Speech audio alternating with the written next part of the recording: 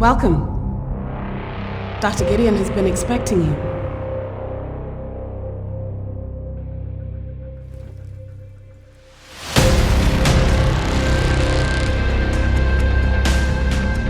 Resident Evil Requiem is finally here, and I have to say, Capcom has absolutely nailed the atmosphere this time. The RE engine is reaching its peak maturity, and visually, this might be the most impressive entry in the entire series. It's a technical powerhouse that runs surprisingly well out of the box. While the game looks phenomenal, we've got some classic Capcom quirks to deal with. Most are going to notice the lack of an FOV slider right away, and there's a persistent film grain effect that honestly is a bit of a nightmare. Even if you toggle it in the config ini, it doesn't actually stay off in-game, which is a massive oversight for those of us who want a clean image. And also, whether you're running standard rasterized, ray tracing, or the cutting edge path tracing mode, each one has its own trade-offs. Capcom's internal denoiser is a bit on the weak side, leading to some noticeable noise in some scenarios. So we'll navigate all these issues and settings to find the best balance in this video.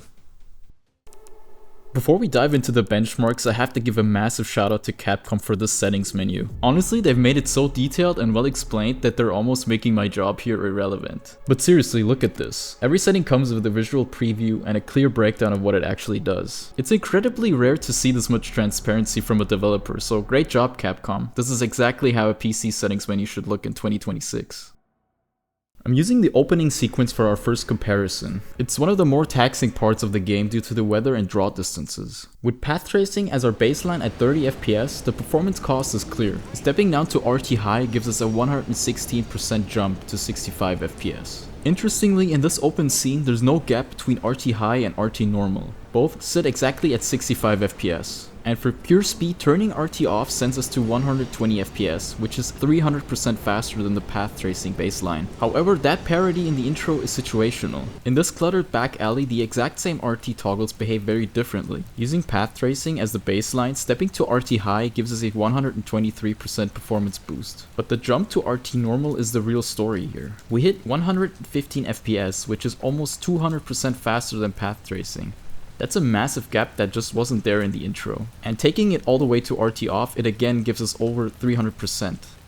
And one final thing on path tracing. Performance can vary widely between GPUs. There have been reports that RTX 40 series cards specifically are underperforming on the latest drivers due to low power draw. Some users are claiming that rolling back to driver 576.88 can see gains of nearly 60%, though I haven't been able to verify that on my end since I have no RTX 40 series card. Also, just keep in mind that older drivers use older ray reconstruction models, which should bring its own set of visual bugs, so roll back at your own risk.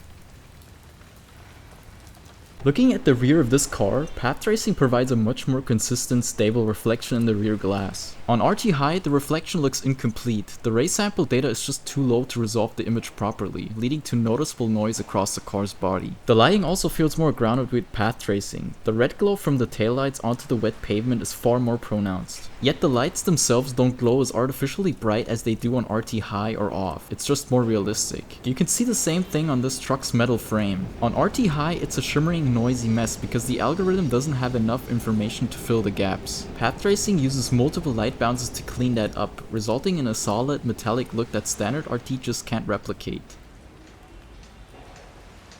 Moving on to reflections, the difference between path tracing and standard ray tracing is night and day. If we look at the side of this black car, path tracing provides a perfectly clean mirror-like finish on the glass, clearly reflecting the neon signs from the stores across the street. It's stable and physically accurate because it's calculating the light's full journey. Standard ray tracing on high and normal is a different story. The main difference between these two is the reflection resolution, but honestly, without a direct side-by-side, you'd be hard-pressed to tell them apart. Both suffer from a grainy or boiled look on the car's surface. Because standard RT uses a limited number of rays, the denoiser has to do a lot of guesswork, which leads to that shimmering noise we saw earlier. And if you turn RT off, you're relying entirely on screen space reflections. Since the store signs aren't directly visible in the main camera view, they can't be reflected in the glass, leaving the car looking completely disconnected from the environment.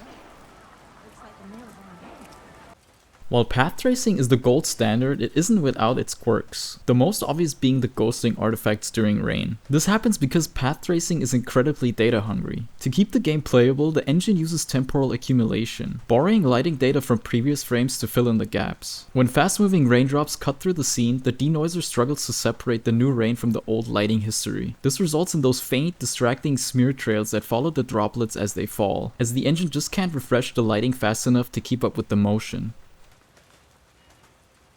While standard ray tracing is easier on your hardware, it introduces a distracting noise issue, specifically on wet surfaces during the rain. If you look at the puddles or the hood of a car, you'll see a constant simmering or crawling grain across the reflections. This happens because standard RT only fires a limited number of rays per pixel. The engine has to use a denoiser to fill in the massive gaps, and it just can't keep up with the chaotic motion of rain hitting the ground. Path tracing solves this because it fires enough rays to actually resolve the image. But on standard RT, the denoiser is basically just guessing what the reflection should look like. What makes this worse is that upscalers like DLSS can actually amplify this effect. Since DLSS renders the game at a lower internal resolution, the engine shoots even fewer rays than it would at native. By the time DLSS tries to upscale that noisy, low resolution data, the artifacts get stretched and sharpened. Another great example of the stability gap is this alleyway wall. With standard ray tracing, the engine has major issues keeping the image stable, resulting in a constant flickering or crawling effect. Path tracing is significantly more grounded here because it isn't relying on the same aggressive denoising shortcuts. This is where upscalers can really make or break the experience. Comparing DLSS performance to DLAA, you can see how much the lower internal resolution hurts the image. On the wet gravel ground, DLSS performance struggles to resolve the fine detail, amplifying that RT noise into a messy, shimmering grain. It's not just standard RT that takes a hit with upscalers. Path tracing is affected too. A perfect example is this wire fence with smoke drifting behind it. When running DLSS performance, the shimmering is incredibly distracting. Because the internal resolution is so low, the thin lines of the fence are constantly breaking up and re-knitting as the temporal algorithm tries to track the smoke moving through the gaps. It creates a fizzy, unstable look that really pulls you out of the atmosphere. Next is hair strands. This moves away from basic hair cards to render individual strands with much better self-shadowing and light transmission. It stops the hair from looking like a flat solid block and makes it react naturally to the world's lighting. The tax is pretty consistent. You're looking at an 8 to 12% performance hit depending on the scene. The real concern is VRAM though. Enabling this eats up an extra 500 megabytes to 1 gigabyte, which is a massive ask if you're already redlining an 8 gigabyte to 10 gigabyte card.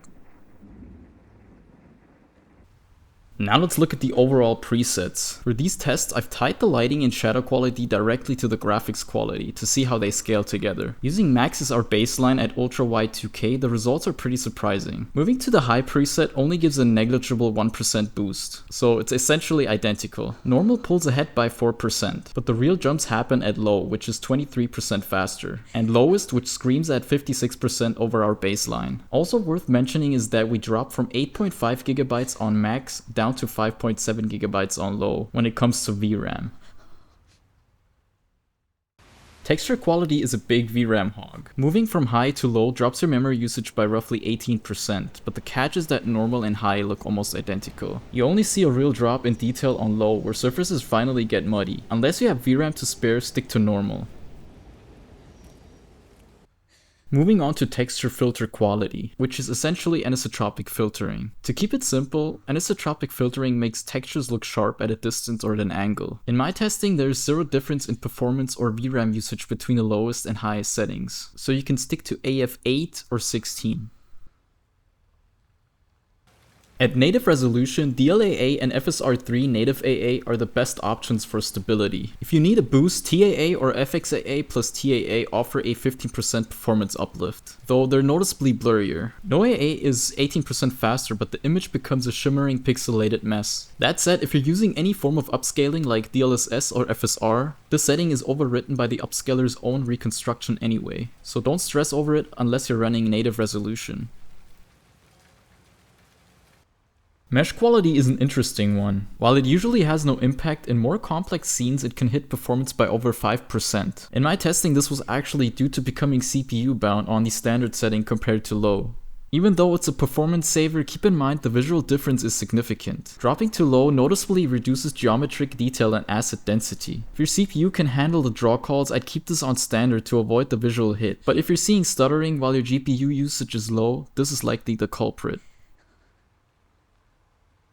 When it comes to screen space reflections, in my testing this is one of the heaviest rasterized settings in the game. Turning it off gave me an uplift of over 11%, though some users report even higher gains in reflection heavy areas. The visual trade-off is debatable. Since SSR can only reflect what's currently on your screen, you'll often see reflections disappear or clip at the edges of the frame. The game's pre-baked lighting is strong enough that you won't lose much atmosphere. If you're prioritizing a high frame rate, I'd say it's worth dropping this to off.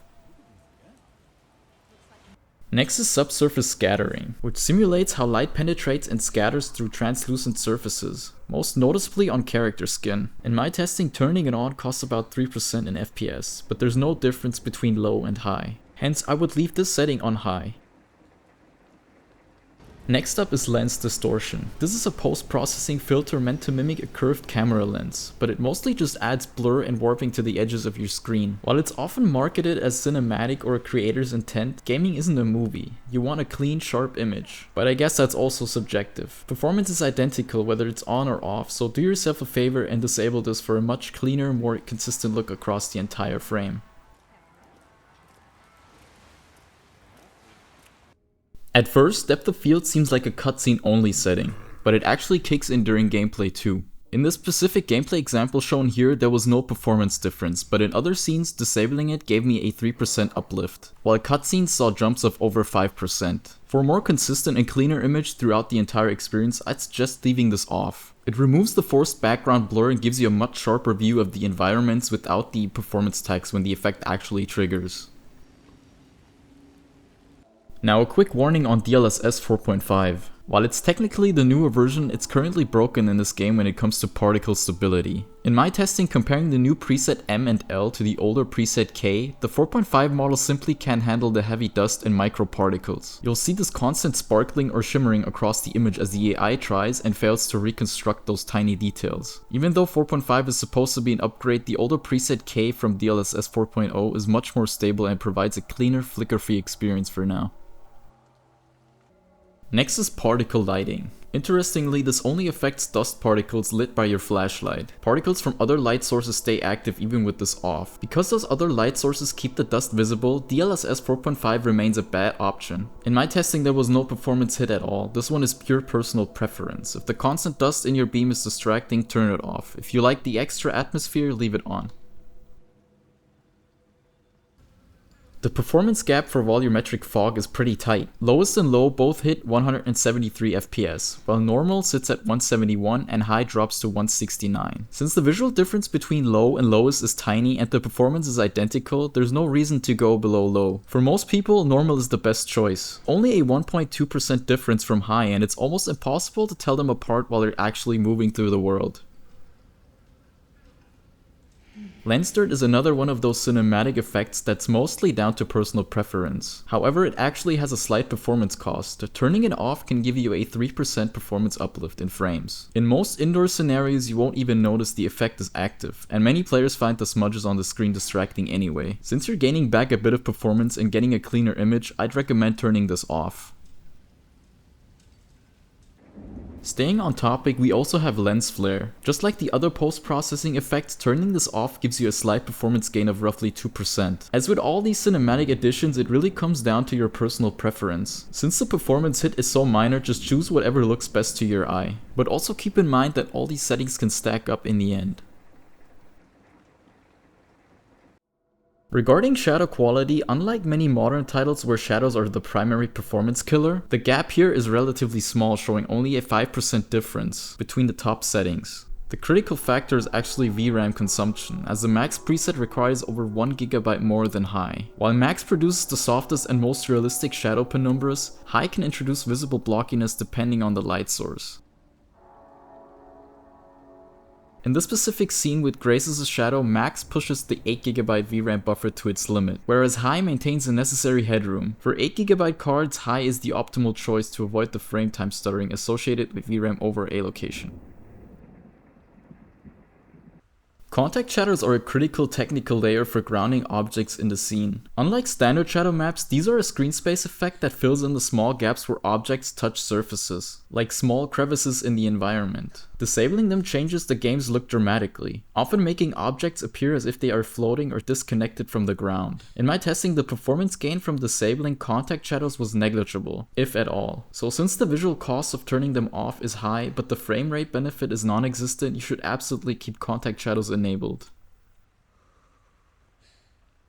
Next is Ambient Occlusion. The performance scaling here is quite flat. High and normal share the same baseline, while low offers a negligible 0.6% increase. Turning the effect off entirely results in a 3.5% performance gain. On the higher settings, you may notice temporal flickering or shimmering artifacts in certain scenes where shadowed areas repeatedly shift between dark and light. Interestingly enough, even with ray tracing enabled, Ambient Occlusion remains active and continues to affect the scene's depth, maintaining that same 3.5% performance cost.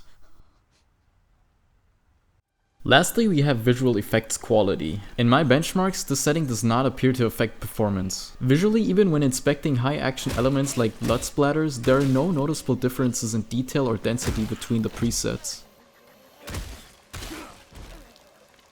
Since there is no measurable performance tags and the visual impact is negligible, you can simply keep the setting on standard without worrying about your frame budget.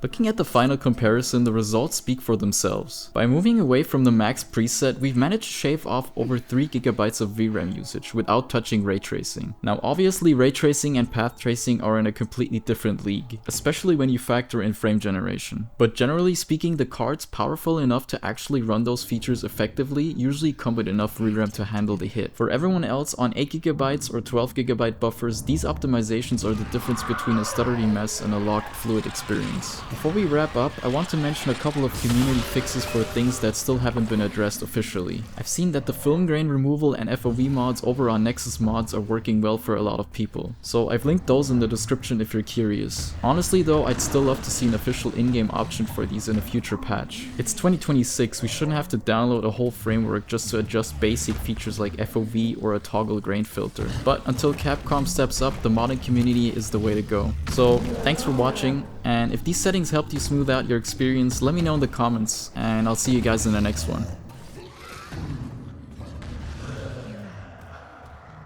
We're close now.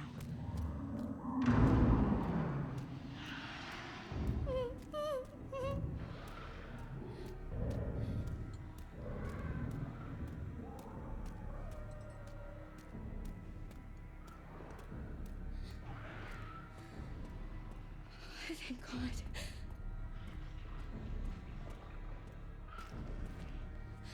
Here it is. You think you can read it? I can try. It's like a giant puzzle box.